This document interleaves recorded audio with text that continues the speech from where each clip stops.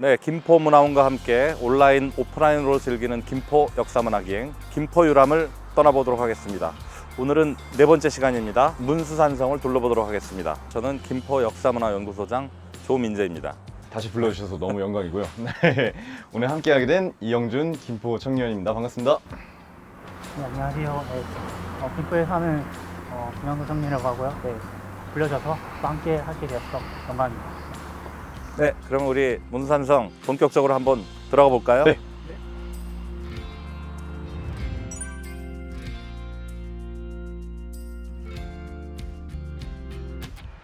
김포의 문수산은 오늘날 우리가 김포의 진산이라고 합니다.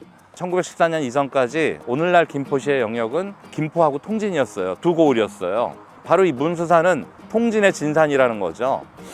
그러면 김포의 진산은 어디였을까요? 강릉산입니다. 그런데 이제 오늘날은 김포와 통진이 하나가 됐기 때문에 전체 통합 김포의 진산은 바로 이 문수산이 되는 겁니다. 원래 문수산의 명칭은 고려시대 때는 통진산 또는 동진산 이랬어요. 예. 그러다가 이제 조선 초기가 되면은 여기 이 산 이름이 비야산이라고 불려요. 그랬는데 난데없이 17세기 중엽에 문수산에 산성을 쌓아야 된다는 얘기를 해. 한 번도 문수산이라는 말이 그 전에 기록에는 안 나오는데 왜 난데없이 나왔을까? 왜 그러냐면 여기에는 절이 하나가 있습니다. 문수산하는 절 이름 때문에 문수산이란 말이 등장을 하고 문수산성을 쌓으면서 문수산으로 굳어지고 비야산은 별로 안 불리게 된 거예요. 왜 난데없이 여기 문수산에다가 산성을 쌓자라는 얘기를 했을까? 17세기가 되면 강화도가 전략적으로 굉장히 중요한 곳이 돼요. 강화도의 국방 유적을 갖다가 굉장히 강화를 합니다. 그런데 그때 신하가 강화도를 둘러보고 온 다음에 서울로 가가지고 얘기를 합니다. 문수산을 제대로 방어하지 않으면 강화 사람들은 밥을 먹어도 목구멍에 밥이 넘어가질 않는다. 1675년에 문수산성을 쌓자는 건의가 나왔을 때부터 강화도 먼저 쌓고 계속해서 우선순위에서 밀려나요. 그러다가 드디어 한 20년이 지난 1694년에 마침내 이 문수산성을 쌓게 됩니다.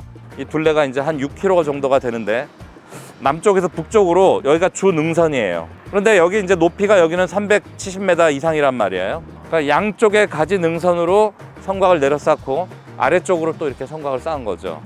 북쪽에는 북문을 만들고 남쪽에는 남문을 만들고 그리고 가운데는 여기는 이제 서문입니다. 서문산. 그럼 동문은 어디 있을까요? 동쪽에. 동문은 지금 이쪽에 동문이 있었다고 추정도 하는 흔적은 있지만 정확하게 아직 발굴은 안 돼 있어서 크게 문이 북문, 서문, 남문, 홍해문으로 된 아문, 좀 작은 문이 있어. 암문이라고도 하는데, 예. 일제시대가 되면서 성곽은 다 사실은 이제 허물어지고 하게 되겠죠. 근데 요 부분은 4km 정도 남아있는데 여기 한 1.5km 정도는 이건 다 지금은 전혀 흔적을 찾을 수가 없어요. 1995년도에 북문을 갖다가 복원을 하고 2002년도에 남문도 지금 근래에 복원을 해놓은 겁니다. 근데 아울러서 또 한 가지 중요한 곳이 바로 여기 꼭대기입니다. 여기가 정상인데 그러니까 장대라는 건 뭐냐면 지휘소예요. 지휘소. 지휘소가 바로 제일 높은 곳에 있는데 2017년 그 무렵에 복원을 해놓은 겁니다. 장대를. 거기서 내려다 보면 그야말로 강화도가 소나기 한 손에 들어오듯이 이렇게 보인다는 겁니다. 예. 바로 여기 이 남문이 1866년에 병인 양요 때 드디어 이제 한번 격전을 치르게 되죠. 프랑스군이 강화를 갖다 점령을 하게 되죠. 그러고 나서 배를 갖다가 네 척에 나눠 가지고 일부의 병사들을 거느리고 오게 되는데 그때 한성근이라는 이 분이 계세요. 근데 이분은 사실은 하급 군인이세요.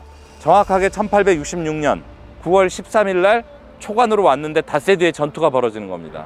프랑스군이 배 4척으로 오는데 그 중에 2척에 있는 병사들 27명이나 되는 병사들을 갖다가 이제 저격을 해가지고 물에 이제 빠뜨리고 프랑스 군대는 굉장히 무장이 잘 된 사람들이고 결국은 2척으로 넘어온 사람들이 넘어와가지고 그때 여기 북문, 서문 이쪽을 다 파괴를 합니다. 그래서 특히 여기 남문을 갖다가 파괴를 하고 들어와요, 맨 처음에. 그래서 결국은 이제 쫓겨나는데 이 물루의 이름은 가뭄에 단비 오듯 한다라는 말을 하잖아요. 히우루라는 명칭을 가진 곳이 바로 남문입니다. 예.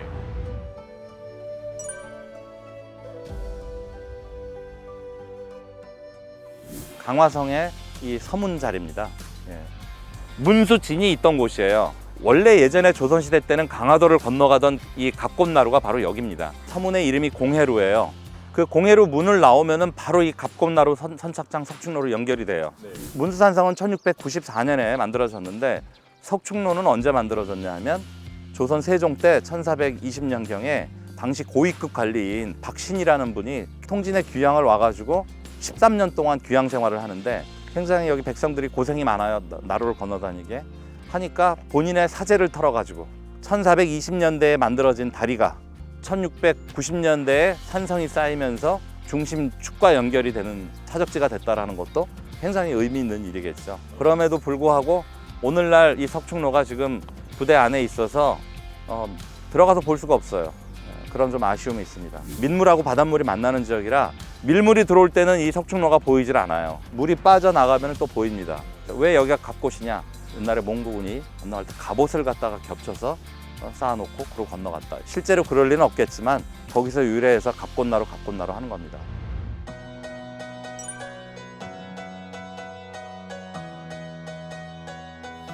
여기가 바로 뒤에 보이시는 게 이제 북문입니다. 문의 방향이 바로 이 북쪽으로 나 있죠. 여기의 문의 이름은 취예루예요. 미리 예방을 한다라는 거죠. 적이 들어오는 거를. 우리 물루를 한번 올라가서 한번 보시죠. 예. 네.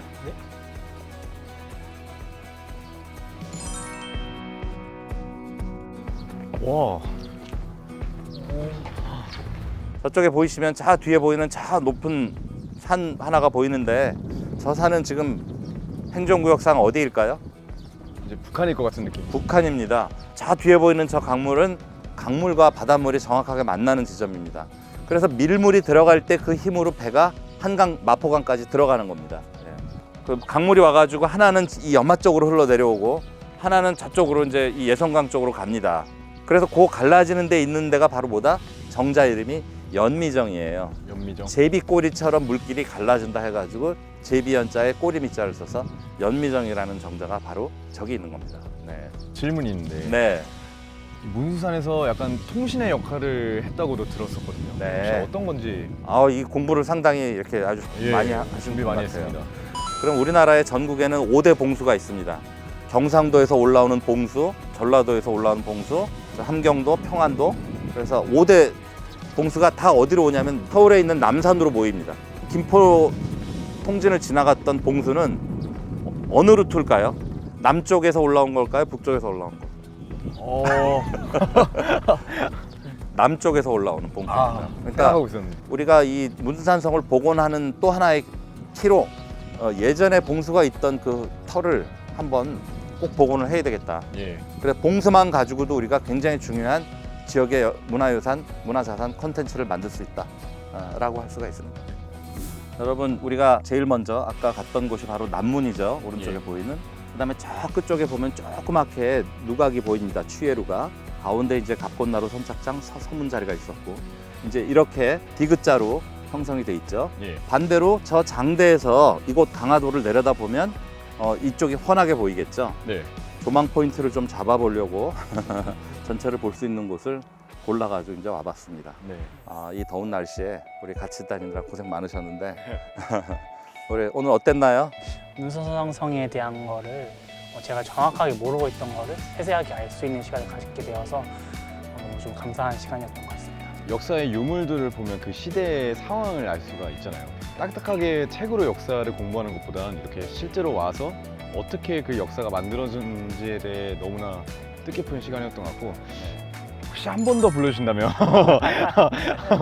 더 공부를 열심히 해서 더 좋은 시간 가질 수 있을 것 같습니다. 아이고, 너무 감사했습니다. 고맙습니다. 네. 네, 오늘은 이 정도에서 마치도록 하겠습니다. 감사합니다. 감사합니다. 끝.